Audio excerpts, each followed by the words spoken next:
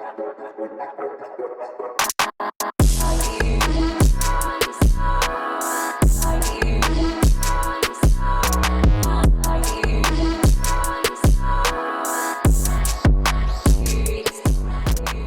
everybody, welcome to Salty Talk. We are so glad to have you here with us, whether you are listening via your podcast source or you're watching us on a video source. What's up?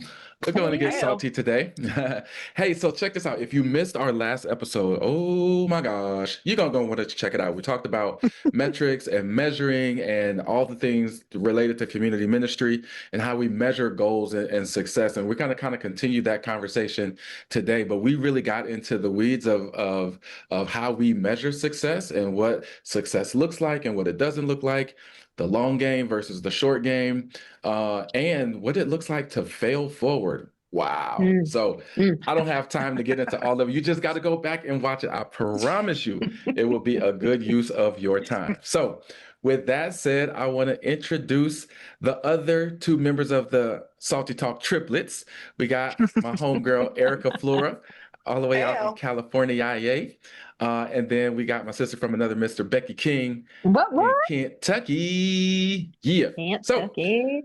yeah, we're going to get into it today. So today we're going to be talking about setting and measuring goals. All right, setting and measuring goals in community ministry. What does it look like? How do we do it? How do we do it better? How do we do the very best job of impacting the community that we get this privilege and opportunity to serve? So I'm Yeah. going to tee it up for Becky King.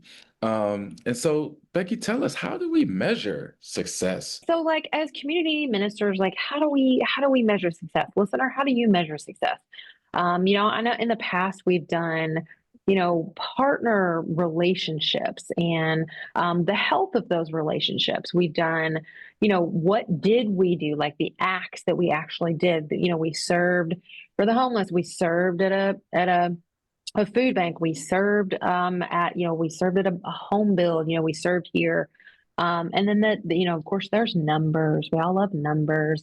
How many people were engaged in the process? But you can go even more granular than that. You can go with how many members were there, how many people over a certain age were there, how did they interact with it, how many non-members were there, that kind of thing. So you can get pretty granular with the numbers per se. You can kind of parcel those out and see like, well, of those numbers, it's not just 195. Like what did those 195 look like? And then, dollars, you can measure in dollars too, of like, well, it actually, didn't cost us too much because everything was donated or whatever. But, in terms of dollars invested or dollars given away or dollars saved or, items given away, in terms of, well, we had, 87 bags of candy at $10 a piece. Like, good grief, that's a lot of, that's an Yep. investment. So Yep. there's Sugar. lots and lots of different ways, a lot of sugar and a lot of money. A lot of But then cavities. there's like, we're not going to talk about that. We don't talk about broken healthy. But there's different like metrics in terms of like time too. Like, how do you like the rhythm of your church, seasonal or quarterly, like your groups launch or Christmas or, and you can measure things like every year we do this one event. So that's an annual thing, or this is an ongoing thing where it's a, what's like whatever it takes with like a WIT team called Whatever It Takes. And that's kind of an ongoing thing. So there's lots and lots of ways of like, we have a gal who was blind and she was moving into her apartment and she needed all her boxes unpacked. So we call the Whatever It Takes team, and they go over there and they, unpack all of her boxes and tell her where everything is. So that's an ongoing thing. So there's lots and lots of ways that community ministers can measure the success. And listeners, we hope that that's encouraging to you and new. Yeah, knowing that like it can be different, like I'll talk in a second about like there's metrics and things that we are accountable for. And then there are things that are under the surface that are important to us in our ministry to ensure like, okay, are we pointing and shooting at the right target here? And are we moving in the right Mhm. direction and growing and evolving and really moving towards what our ultimate goal is? And I think that can be all types of different ways, just like Becky just talked about. But sometimes figuring out like how to even set the goal as the leader and who do I bring around the table to talk about that. I remember when I first got into this seat of leading the local, engagement, local compassion, I was like, how do you decide what causes to be about? Like, how do you decide what ones you care and then don't care, about, or Right. whatever? And then what's our goal? And then how many people do I tell that to? Or what things do I keep, behind the scenes? I feel like Mm. understanding how to interact with goals, I think, is also really important. But for some goals, I brought my volunteer leaders around the table to say, hey, here's what we did this year. What do you guys think we could do next year, right? For this initiative? Or do you feel like people were responding and engaging and eager? Did we run out of ways for people to get involved? Or were we really stretching to really try to get as many people to take these tags, right? Or to please come volunteer? Are we begging them? And so I think it really just depends on like what metric we're talking about. So that example was like Mhm. one initiative, but when it comes to like what I have to submit kind of to the elder board and to the senior leadership and executive teams, I bounce out off of my staff team because we work together year over year to figure out, okay, what are some of the elements, what are the building blocks that are going to help me get to this in our context, people serving locally.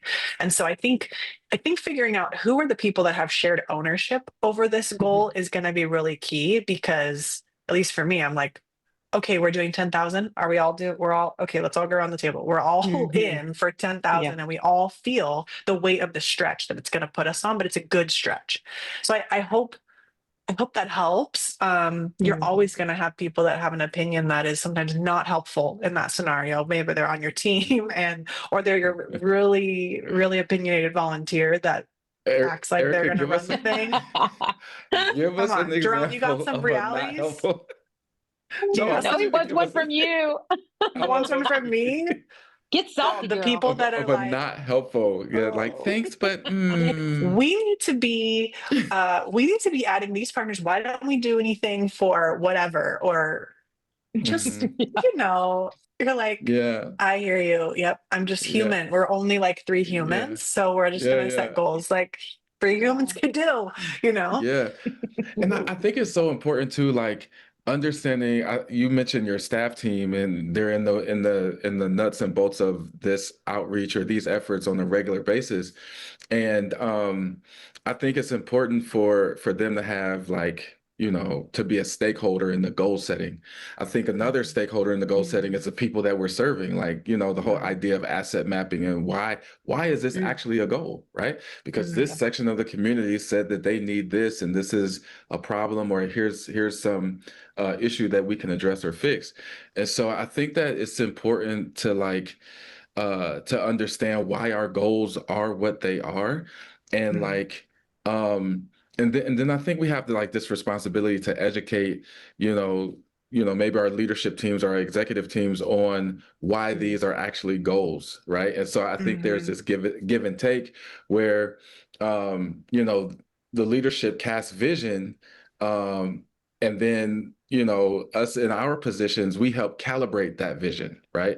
So yeah, we want to be an impactful church, a church beyond the four walls. Okay, here's some laser focused ways on how we can do that. And sometimes, like, if I'm really being honest and just being a little bit Be salty, honest. you Come know what on. I'm Get saying? it. Sometimes it don't be always connecting. Like, do y'all hear what What? I'm saying? Or What? like, so sometimes okay, so maybe somebody has stepped into this pile of um conundrum, Good. let's call it that, right? Conundrum. So You said you've called what you do as real ministry, which Oh. automatically implicates something that somebody else does is Oh. not real Oh, ministry, right? And so then whoa. now you're in this heart space of like, okay, God, like, I'm so sorry, you know what I mean? But it's sometimes like you can get so passionate about, what we do because we're seeing it, like we're being salty, like we're being the salt that's touching the people that are being served, right? We're trying to preserve their lives and flavor their lives and all the metaphors. Mhm. And so it's easy to slip into that space where you think that somebody else is disconnected and like Mhm. you don't know what you're talking about. Mhm. And that's not the heart of Jesus. And then that's where you got to be like, ooh, okay, Mhm. like we got to Sit communicate better. down, And like, be yeah, humble. like Yeah. sit Don't you down, feel like right? though that like continuing in that kind of vein of like there's there's you got to kind of weigh out as a community ministry, you got to kind of weigh out the freedom of setting goals for Mhm. community ministry, but then also being a part of and accountable to the elders and leadership of your church. So, you know, Mhm. your goal might be, oh, hey, we want to, because we've built this program and we want to do this holiday assistance program. And, you know, we've built it up and, you know, Mhm. grassroots and the whole 9 yards. But, you know, your leadership is like, well, but we want to involve the bigger congregation, not just the community network congregation. Mhm. And, you know, Mhm. Mhm. they've got this expectation of like, oh, we're just going to blow your program out of the water because, you know, we're saying it out loud or whatever. And you get like two people to respond. And it's like, Yeah. wah, wah. Like, Yep. oh, you're so Yep. pretty. You thought that was going to work, you know, and it's this tension of like Yeah. Yeah. community is so grassroots and Yeah. it's not it sometimes it's not about the big numbers, it's about the impact and the experience like we talked about in our last episode. So Yeah. there really is a freedom in that, but you also have that obligation to Yeah. kind of fall under that leadership of that expectation of like, okay, well, this is what we want you to do for this one. It's like, okay, I see you. Yeah, and Mhm. I feel like what Jerome was talking about, where it's like the real ministry or whatever, like we have to remember, like it's our job to advocate for our role, but it doesn't Mhm. mean that the rest of the body is not important. It means that Facts, we're facts, in Correct. the right seat facts. on the bus, right? And Yeah. so Right. we can't sit around and being like, you're not a hand, you're not a hand, the hand's the best. Yeah. Like, that's not Right. how Yeah. it works. And I think Mhm. the humility of Jesus models of us affirming the importance and figuring out how can we Mm. collaborate and have a together win. Like, it's my favorite when they're like, okay, we're going to do a groups thing or whatever. And I'm like, can we talk about group serving together? Like, isn't that like cool? Because Mhm. then they're doing it together. You know, like Yeah. let's find Yeah. a win that's shared that might not make it on your Mhm. metric spreadsheet, but I think it's our Cool. job to kind of go after like, how are we a part of the body? How are we a team player? And we have that humility that is like, yes, you know, a cup of Mhm. water and some clothes and to help the foster kids and the homeless, like that, all that's important. But it's also important Mm. that they do get fed, you know, biblically. It's also important that they are in community, right? Like we Yeah. have to look out for the Mhm. whole of the person. And Mhm. so I So think for right. sure, ego, you know, I'd be like, yeah, yeah, whatever. Okay, like the exciting part's the part I'm going to talk about. So Yeah. like, let me know when we get to that. But it's really, it's really like all a part together. And I Yeah. think I have to like sit down and be humble and shut up for a little bit and really look to Mhm. value how we fit in, not how we take a step up or how we take the Mhm. slot Yeah. of, right? Yeah, that's so good. It makes me think about like that whole humility piece, right? Like Mhm. we don't get this luxury of just being humble sometimes. Like he Mhm. calls for us to be humble Wait, what? all the time, right? Oh. Yeah, yeah, I know, right? Like Sorry, Every what Becky. did he day? say? Oh. Like, oops. Yeah, we got to hit that humble reset every single day. And you know, sometimes humility can come from resetting your goals, right? Like I've had that Mm, experience of like, okay, here's what your goal was in 2019, but like, what's the goal now? Or like, how do we reevaluate or how do we recalibrate that? Mhm. mhm. And that can be a humbling experience too, because you know, somebody from the outside looking in, again, where you feel like they don't have the necessarily the relational equity with this said project or this initiative to speak into this, but we have to be able to see the value in everybody's contribution, right? And so Right. it's so easy to get sidetracked because like we want volunteers to show up and serve, and we're like, hey, there's a part that you can play, and we need you, and everybody's important, and everybody's voice needs to be heard. And then when it Mhm. comes to a voice that we don't want to hear, Now it's like, well, I don't know if everybody's voice is important. You know what I Yeah. mean? And it's Yeah. like this duality that we play. But like, how often would you say is a healthy amount of Mhm. times or to like reevaluate goals or reset goals? Yeah. I think that that's a really important question, especially in community ministry. I feel like, the reevaluation, that it can be both a step by step per thing that you do, and it can be a yearly kind of like, because if you're just looking at 1 year as a snapshot, you think like, hey, we killed it. But then the last Mhm. year, it's like, ooh, like this really didn't, like, we didn't actually do any more than we did last year. Or like, golly, Mhm. it seems like we were so busy. Like, oh gosh, we were. So if you put Mhm. them side by side, you can evaluate that way. But I think there's importance in like evaluating something that, the sacred cows, if you will, of Mhm. of things of like, Mm, oh gosh, well, we do this because we've always done it. I feel Right. yeah. like community ministry doesn't have that luxury sometimes Mhm. of, well, it's quicker to acknowledge like, look, this is dead. We talk Mhm. about like the lifeblood of what we do. And like, if Mhm. this doesn't have a pulse, why are we doing it? Mhm. Mm, And it's a really healthy way to evaluate that. I know it didn't address like the time frame, but I think it can be a case by case thing, or it needs to necessarily be a yearly thing. But I think that the point is reevaluation is really important whenever Yeah. you mhm, do it. But mhm. it's a really good practice so that you Mhm. kind of know where your plumb line is. Right. Yeah. I feel like it takes more strength to be honest when something's not working than it Absolutely. takes to try to keep it alive. Like Yeah. I Yes, think it Right. you have to be willing to face that, because or else your effectiveness and your all of your capacity is like it's a gutter ball. It's not Agreed. really yeah. hitting your target, and it doesn't teach Mm, your people anything. It teaches them, well, we just kind of always done it. Like, I don't actually know how to answer when Mhm. it started, why do we keep doing Right. it? But I Yeah. feel like when it comes to the reevaluating and the time frame, I feel like we have to differentiate the metric and the goal, because the metric Mm, is like the X or the Y axis. What is the thing we are measuring? I think the more right. often we change that, the less often you get real good data year over year Mhm, to really find out if what you're doing, what your hand to the plow, what you're doing is working. mhm. Now, I think mhm. evaluating the goal. So if in our word, like, okay, people serving locally, all right, well, we're probably not going to change people serving locally when it comes to Mhm, reporting up to the senior pastor metrics or our elder Mhm. board. But are we needing to change the number of what we're reaching for? Yes, I think we mhm. can play with that number, but I think the more that you play with what it is you're measuring year over year, then it's a really shallow data pool, right? Like you don't get Yeah. the whole kind of plotting it on a chart and getting to have the Mhm. data kind of help guide you in what's working. Um, but every time, I think about people serving locally, now I know I'm accountable to that, but it's my job to make sure that every number that's there represents like actually something important. Like I'm Mm, Mm, measuring that number is being rolled up by things that really are what we're trying to measure for. If it's all made up by people bringing a soccer ball to church, then like did yeah. they really serve locally? Like it's my job to mm, make sure they're going outside the four walls.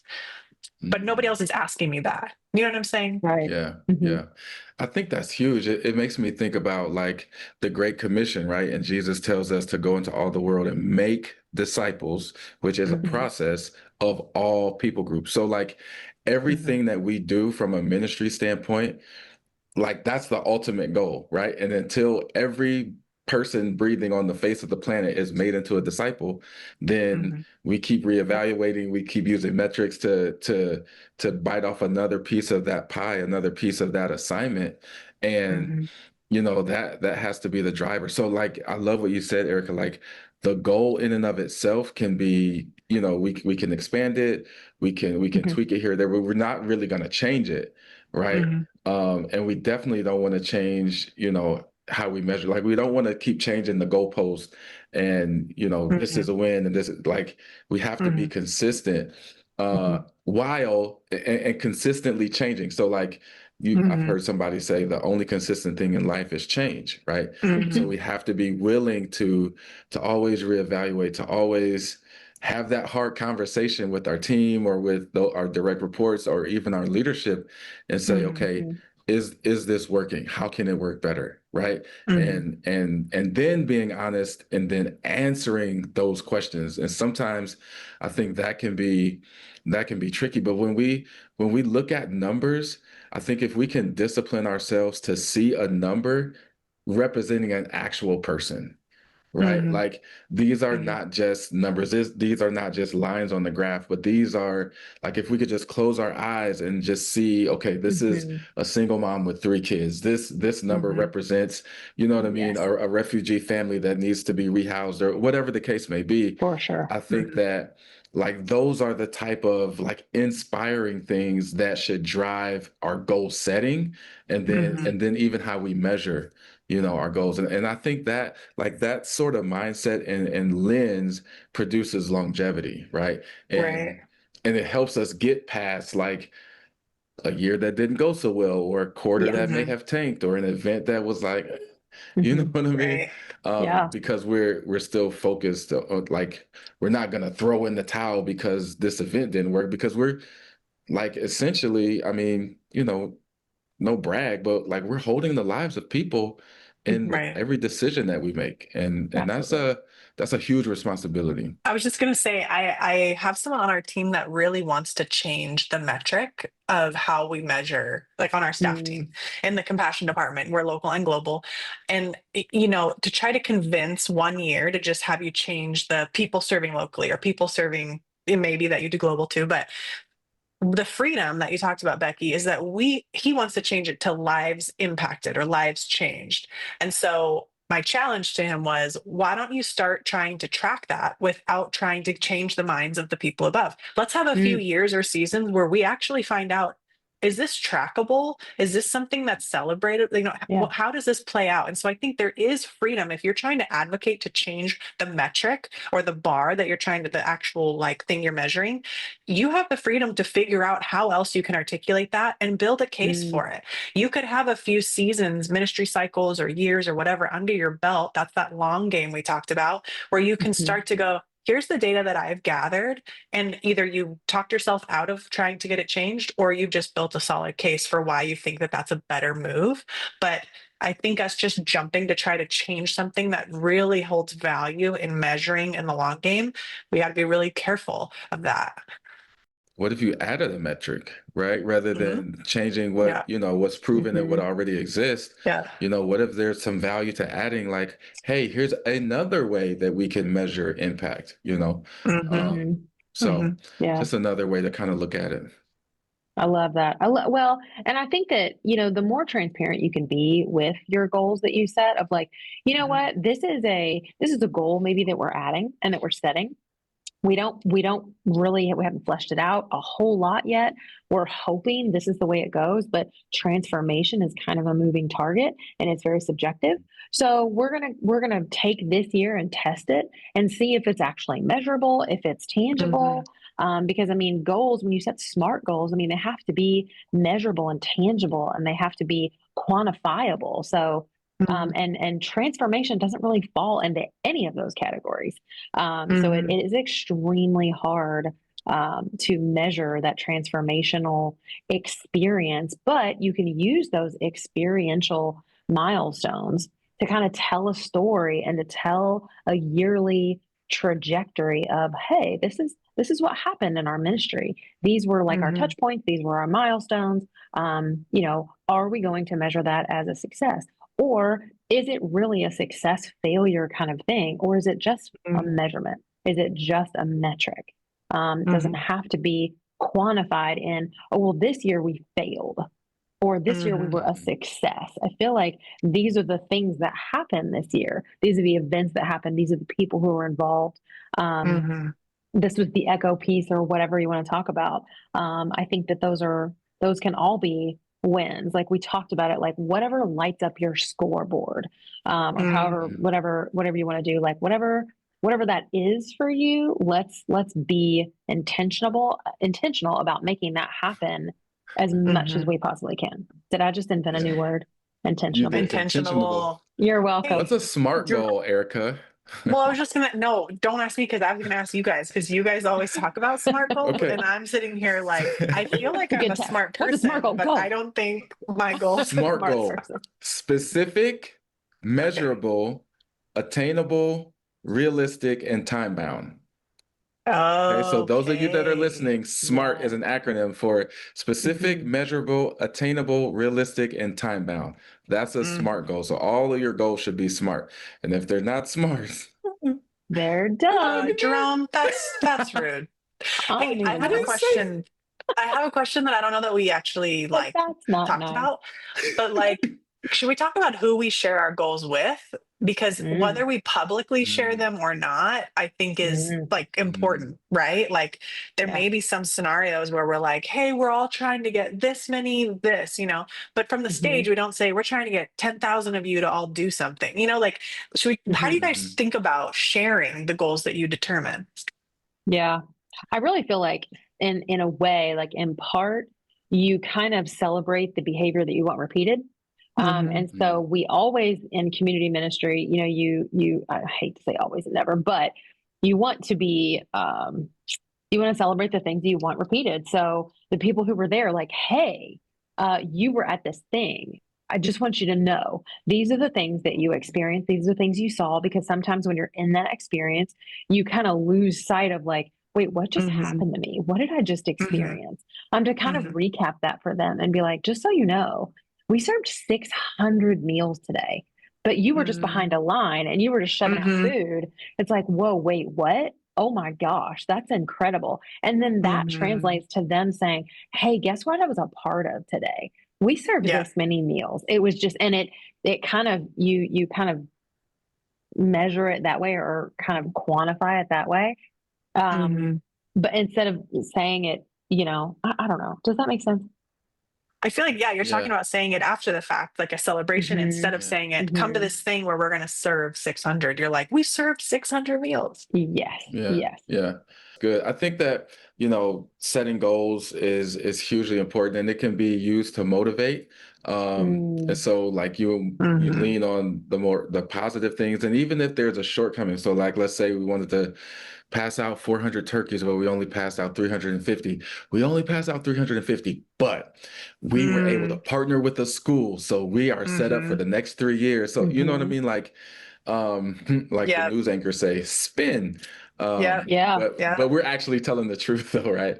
So Well, and it's It's like like how you changing the spin it focus. too. Yeah. Yeah. Like, yeah, yeah, we yeah. did, who's going to remember the goal of volunteering of, Hmm. we want 400 turkeys, but like, hey, we handed out 350 turkeys and, there's the spin. It's Hmm. not a but. It's like, Hmm. Hmm. oh, but it's like, Hmm. we not only did this, but, or Yeah, like, Right. yeah, and we partnered with the Right. school and we connected all yeah. these. How awesome is that? Right. It's It's so good. awesome. So, um, wow. So, okay, I'm thinking of a really lofty goal that you've set for your ministry or that I've set. So one of the things that comes to mind, there's this community up in Sunny Slope, and this might turn into a whole another episode. So I'm gonna talk really fast, like the Looking Micro forward to Machine it. Man.